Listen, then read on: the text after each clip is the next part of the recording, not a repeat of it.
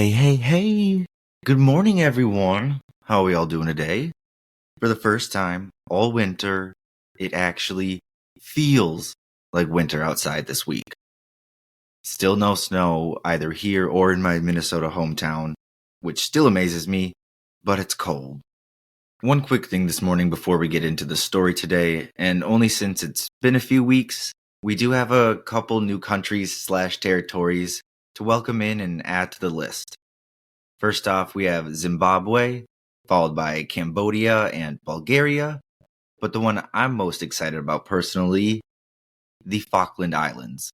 I only know this place thanks to Good Mythical Morning and their plentiful references of the islands. Nice and short today. Without further ado, I bring you the Soham Murders. My name is Eli, and this is Murder in the Morning.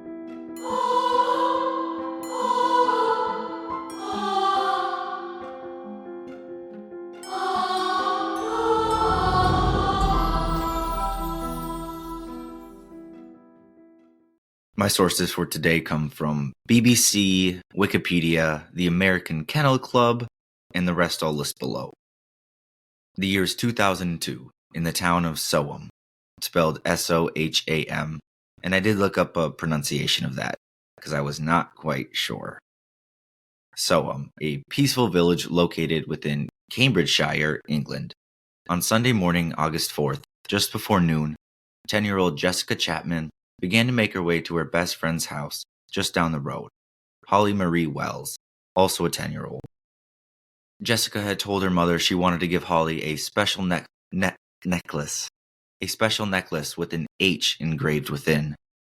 The two girls decided to make a day of it, and they remained at Holly's house. Around 5 o'clock, Holly's mother Nicole came downstairs and took a photo of the two girls sporting matching Manchester United t-shirts. She then returned upstairs to tend to the other guests that were in the house. At 8 o'clock that night, Nicole entered Holly's room to say goodnight to the two girls, only to discover both of them missing. Mr. and Mrs. Wells scrambled to find them. They searched the house and nearby streets. 30 minutes later, without any luck, they phoned Jessica Chapman's parents and asked if they had seen or heard from the girls. Again, no such luck. By roughly 9:45, both sets of parents were very concerned enough to call the police and report both daughters missing. By morning, this had turned into one of the largest missing person searches in England's history, with over 400 police officers designated to find these girls. Not to mention the hundreds of volunteers and even U.S. Air Force personnel stationed in the area that put their time and effort into finding them. Investigators also released the most recent photo of the girls and pleaded with the public to offer up any information they may hold. Both Jessica and Holly's parents stated that the girls were well aware of stranger danger. This was backed up by the school's headmaster, who said that it was an issue they pressed from early on with all students. Knowing this, police were now more comfortable in suspecting that a sex offender or pedophile may have had something to do with their disappearances. According to one source, over 260 registered sex offenders across the UK, including 15 high-risk pedophiles, were also questioned. All were eliminated from the investigation. Police also investigated the possibility that the girls had arranged to meet someone that they had contacted via an internet chat room, but that was also soon ruled out. 4 days after the girls went missing on August 8th, CCTV footage was released to the public, but the footage was minimal and only showed the girls arriving at a local sports complex at 6:28 p.m., eating some snacks they had gotten from a vending machine, and that was it. But finally, days after fruitless searching, some leads started to roll in. According to Wikipedia, several members of the public reported having seen the children in the early days of the investigation. Mark Tuck informed investigators that as he had driven past the girls on Sand Street in Soham at approximately 6:30 p.m. on August 4th, his attention had been drawn toward their Manchester United replica shirts, causing him to remark to his wife Lucy, "Look, there's two little Beckhams over there." A young woman named Karen Greenwood also reported seeing the girls walking, quote, arm in arm, along College Road about 2 minutes later. On August 12th, police launched an appeal to trace the driver of a 4-door, dark green saloon car. A taxi driver stated he had seen him, quote, thrashing his arms as he struggled with 2 young girls inside of his vehicle as he drove down the A142 south of Soham towards Newmarket around the time that the girls were last seen. In the following evening, a jogger alerted police to 2 mounds of recently disturbed earth he had seen at Warren Hill, just outside this Newmarket area, which he speculated may have been a burial location of the 2 girls, which is quite a reach, and an overnight examination just revealed them to be badger dens. One person who claimed to have spoken with the girls immediately before their disappearance came forward. He was 28-year-old Ian Huntley. He informed investigators on August 5th he had had a brief conversation with both girls on his doorstep the previous afternoon, which would have been the day they disappeared. According to Ian Huntley, Wells and Chapman were both, quote, happy as Larry, whatever that means, and they had briefly inquired as to whether his partner, Mrs. Carr, had been successful in a recent application for a full-time teaching assistant position at their school. When he replied that she had not got the job, one of the girls had said, "Tell her we're sorry," before they both walked along College Street towards a bridge and a library. Police were initially suspicious of this Ian Huntley's account. A single police officer searched his house on August 5th, the day after he had claimed to have seen the girls, and no incriminating evidence was discovered. But the officer noticed a few items of clothing on the washing line, despite the fact that it had been raining.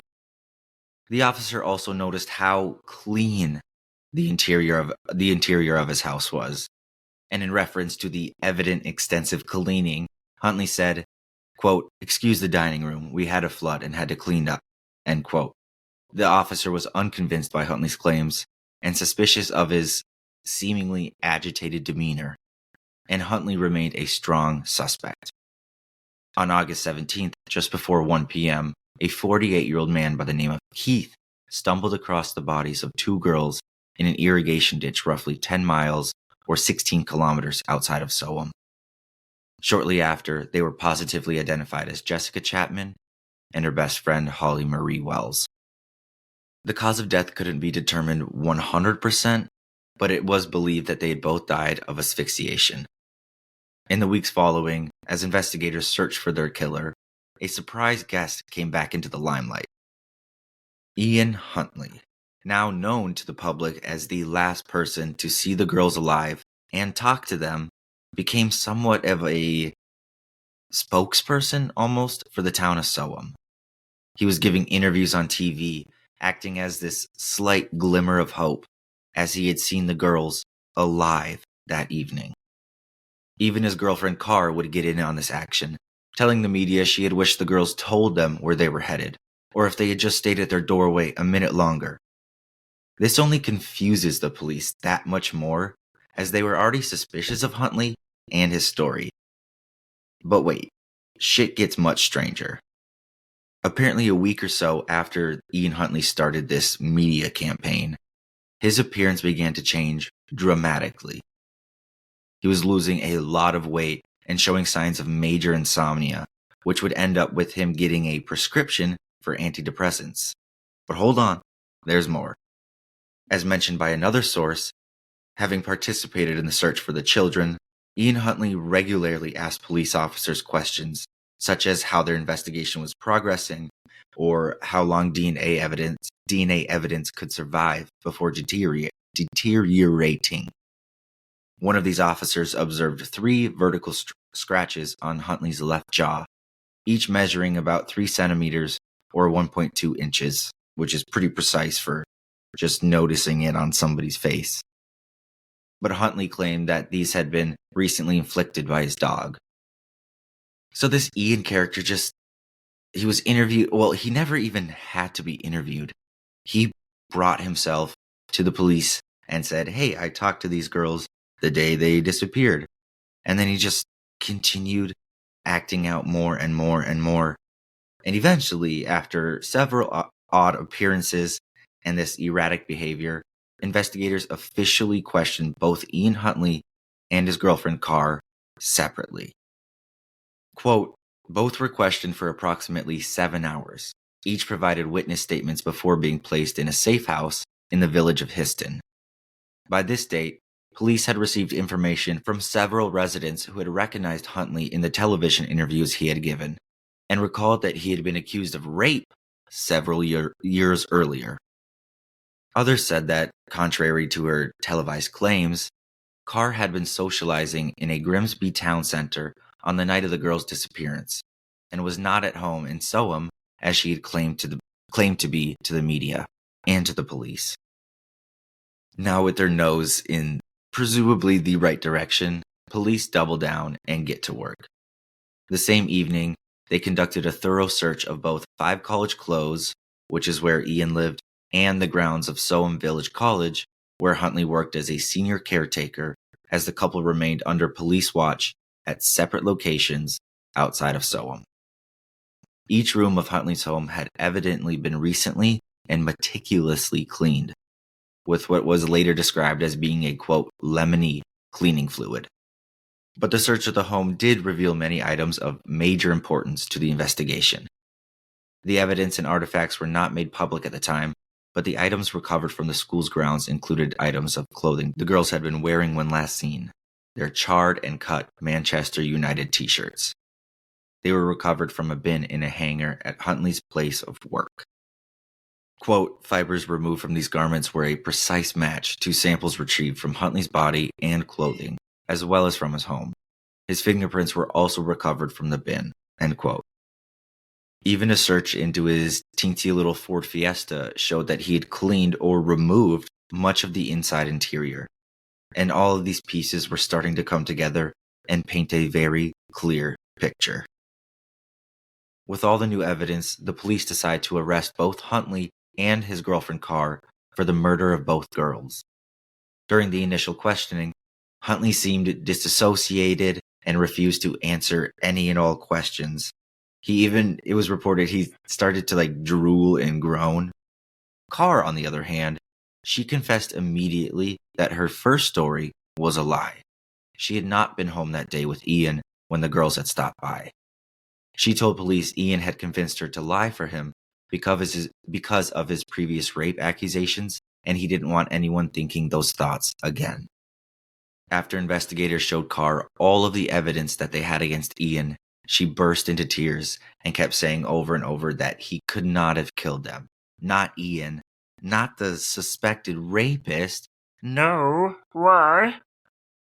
Before the trial was set to start, Huntley tried his damnedest to convince officials that he was mentally ill and could prove his insanity plea. The psychiatrist stated that although he was a strong psychopath, Huntley did not suffer from any major mental psychotic illness, and on October 8th, he was approved to stand trial. According to Wikipedia, the trial of Huntley for the murders of Jessica Chapman and Holly Wells opened at the Old Bailey on November 5th, 2003, under Justice Alan Moses. Ian Huntley was charged with 2 counts of murder, to which he entered a plea of not guilty. Carr was charged with 2 counts of assisting an offender and 1 count of perverting the course of justice.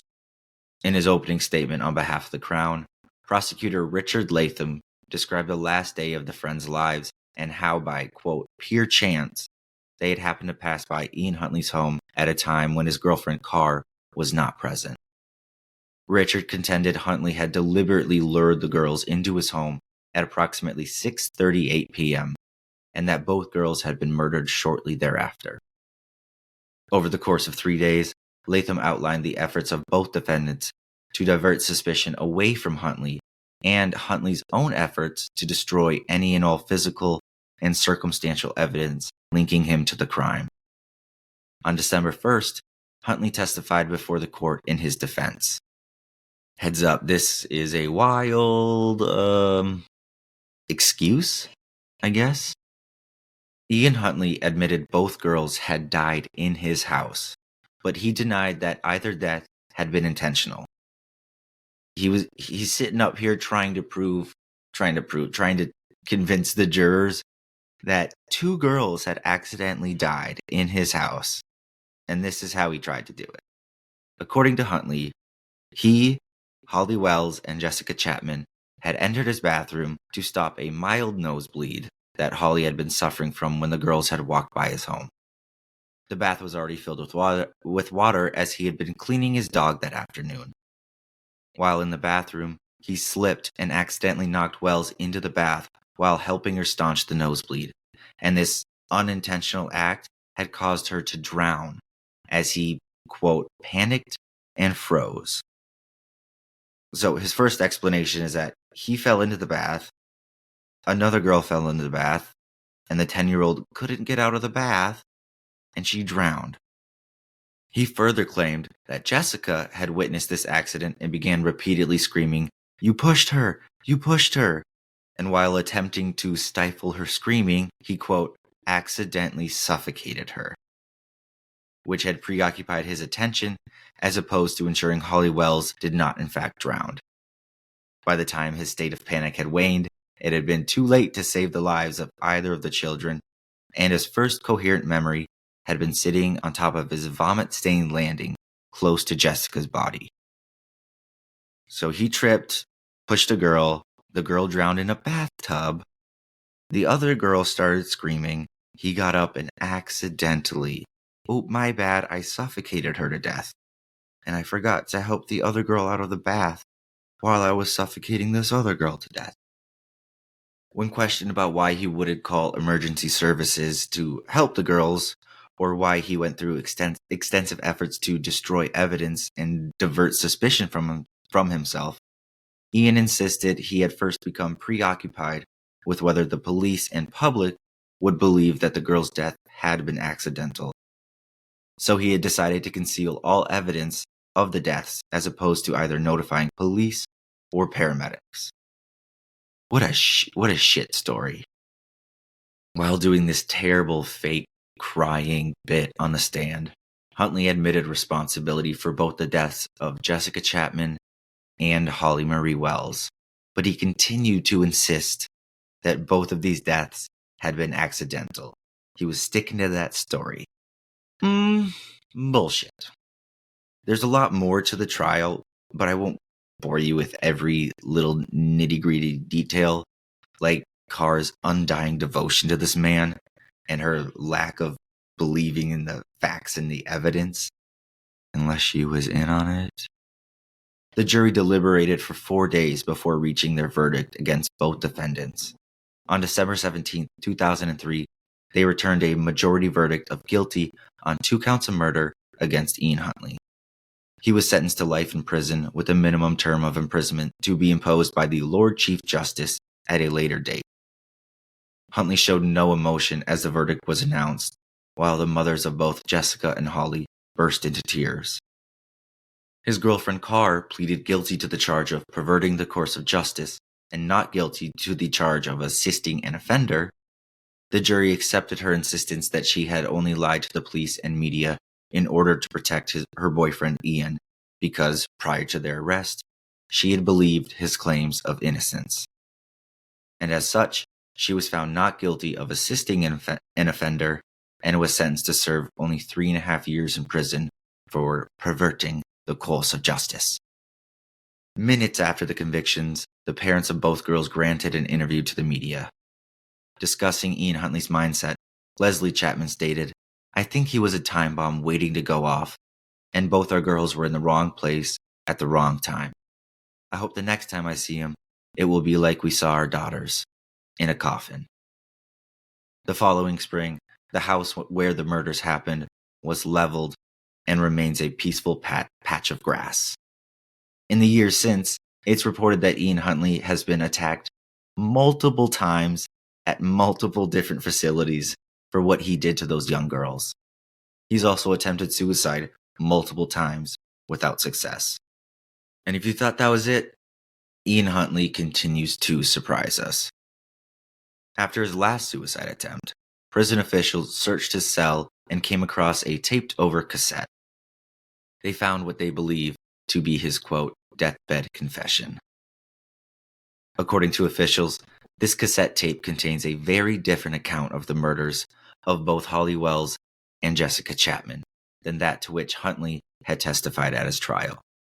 Quote, in what Huntley had believed would be his posthumous confession, he claims that he confessed to the murder of both those girls to his girlfriend Carr prior to their arrest, and he says that he planned to confess to authorities, to which Huntley alleged Carr had slapped him in the face and informed him to, quote, pull himself together, as she did not wish to lose the teaching position she had yearned for all her life.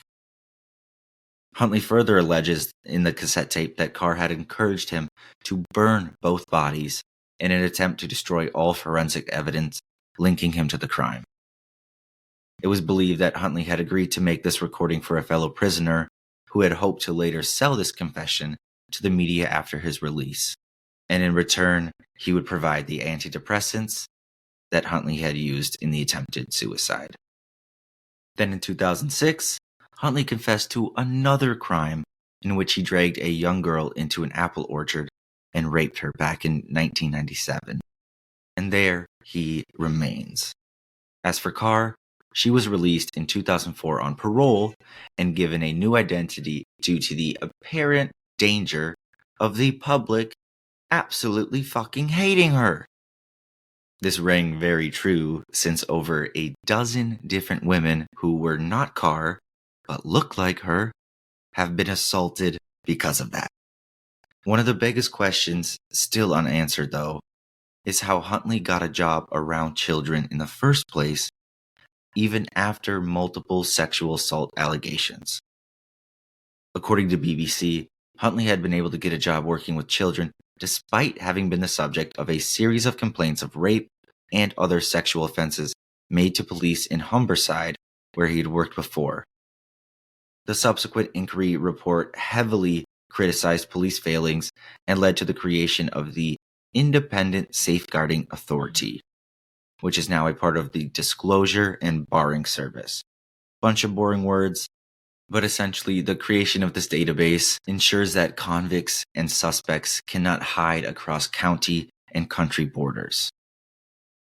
It was launched in 2011 and combines intelligence from 43 different forces in England and Wales and data from over 150 computer systems. So again, it's just about sharing knowledge so that they can't slip through the cracks anymore. This case also led to the strengthening of legislation to protect children, including compulsory criminal background checks on people who apply to work with them.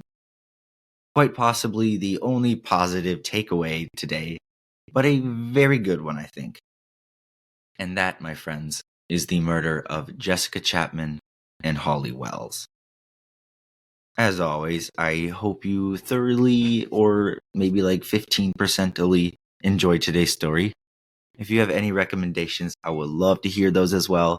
It gets harder and harder. I cannot thank you all enough for listening, though. Stick around for a bit more on the wonderful world of bloodhounds after the schmusic. Okie dokie. Bye-bye. Love you.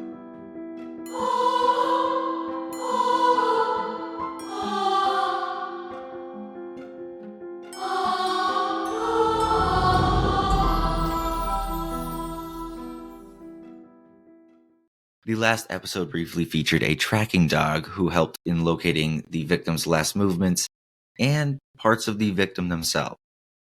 And of course, everyone loves dogs, so I wanted to share with you another short story of a very special bloodhound named Raider, and maybe a few interesting bits about tracking dogs and bloodhounds in general. This is titled Raider the Bloodhound Helps Solve Dozens of Murder Cases, written by Sage Driver of the American Kennel Club. Quote, Raider is a decomposition dog who is trained to pick up the scent of death. He can also find missing people and suspects of crimes and track evidence. Now 8 years old, Raider has been training for this since he was just 10 weeks of age. Since then, he's helped put away about 24 murderers and has helped in countless other cases. The talented bloodhound was recently in the spotlight for his part in solving the murder of 29-year-old Kelsey Barrett. Kelsey's fiancé, Patrick Frazee soon became the main suspect after not reporting her missing on Thanksgiving in 2018. Though all signs pointed to Patrick, Kelsey's remains had still not been found. And the following February, K-9 coordinator Frank Hurst and Rader were asked to assist on the case. We were contacted by the CBI to go check a location for a human decomposition scent, Frank said. We went there, and Rader immediately indicated when we entered the barn. The dog searched a red barn at Nash Ranch. Detectives believe Patrick used the barn to hide Kelsey's body at one point. Inside the barn, Rader indicated a positive hit for the smell of human decomposition. I just want to say human death. Next to the hay bales. Then, Hurst noticed small stains at the top of the hay bales. That's when he got Rader on top of the tall pile of hay, stacked about 12 to 15 feet high. And once he was on top, Rader sat by the stained area, indicating to the scent of human decomposition. The Bloodhounds' work eventually helped convict Patrick of murder. When Rader isn't solving murders, he's helping detectives track evidence and people, including missing Alzheimer's patients and children. Frank said, "We always joke he can find you dead or alive because he's a tracker dog," which I'm not sure is a joke or funny at all, but just a couple weeks ago, we helped find a missing Alzheimer's patient who had been missing for over 20 hours, and Rader found her alive. He does all of it, whatever they need.